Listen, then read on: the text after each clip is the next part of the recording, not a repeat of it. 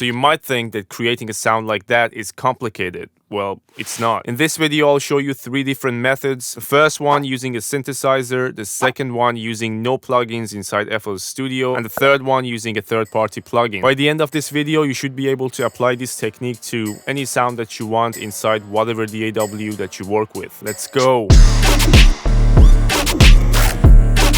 The first method is using a synthesizer. In this case, I'm using Serum, but you could be using Vital, which is the free version very similar to Serum, or any other synthesizer that has LFO features. If I play a note on my keyboard right now, you can hear the effect happening. But let's put the synthesizer back in default and recreate the effect together. I'm using a stock pad preset from Serum, and here is what it sounds like without anything.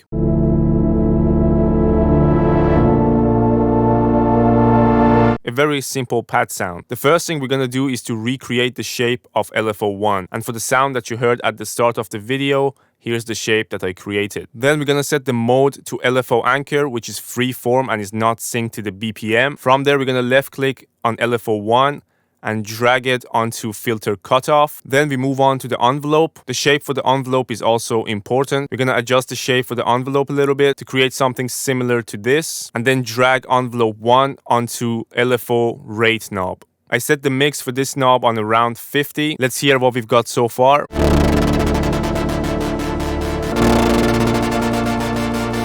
So very similar to what we had, but let's take it one step further. Let's also drag the envelope 1 onto level knob of oscillator A and check how we sound now. I'm gonna change the shape of the envelope so you can see how much it affects the sound that you get.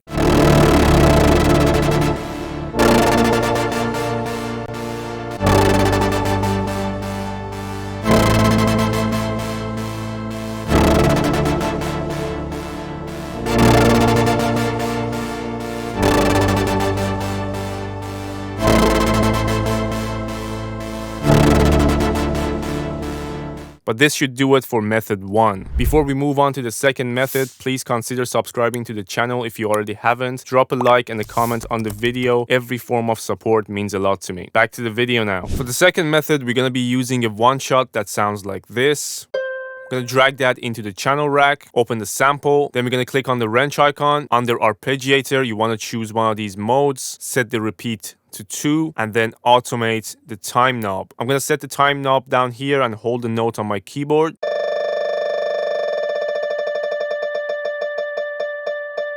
So if you want to go from fast to slow, we're gonna automate it from fast to slow.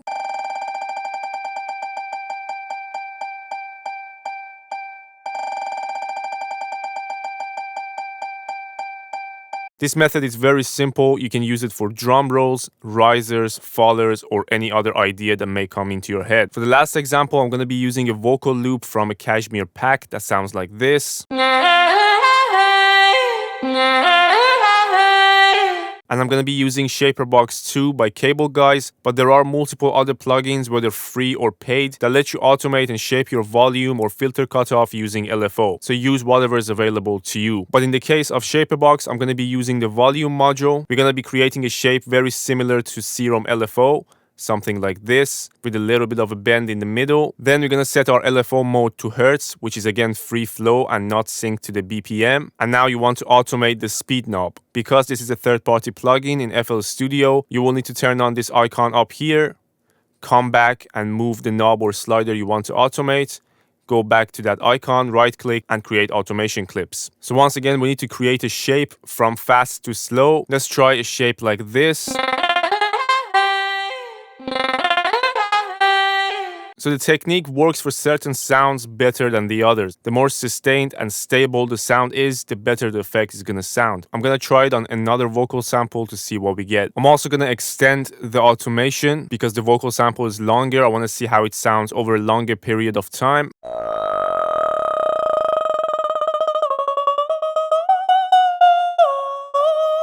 One last thing I want to mention is that if you want to go from the freeform speed into tempo sync speed, what you can do is to automate this LFO mode so that it changes on the beat. Let's say on bar 3 you want to go from Hertz, which is freeform, to beat, which is synced. So you need to automate this to change from hertz to beat, and also automate the length again to be the right value. It's a little bit of extra work, but in this particular plugin, this is how it works. If you still haven't tried out the new FL Studio 21.2 beta, make sure to watch this video because I walk you through every new feature and run some very interesting comparisons that you don't want to miss. Thank you for watching, and I'll see you in the next one.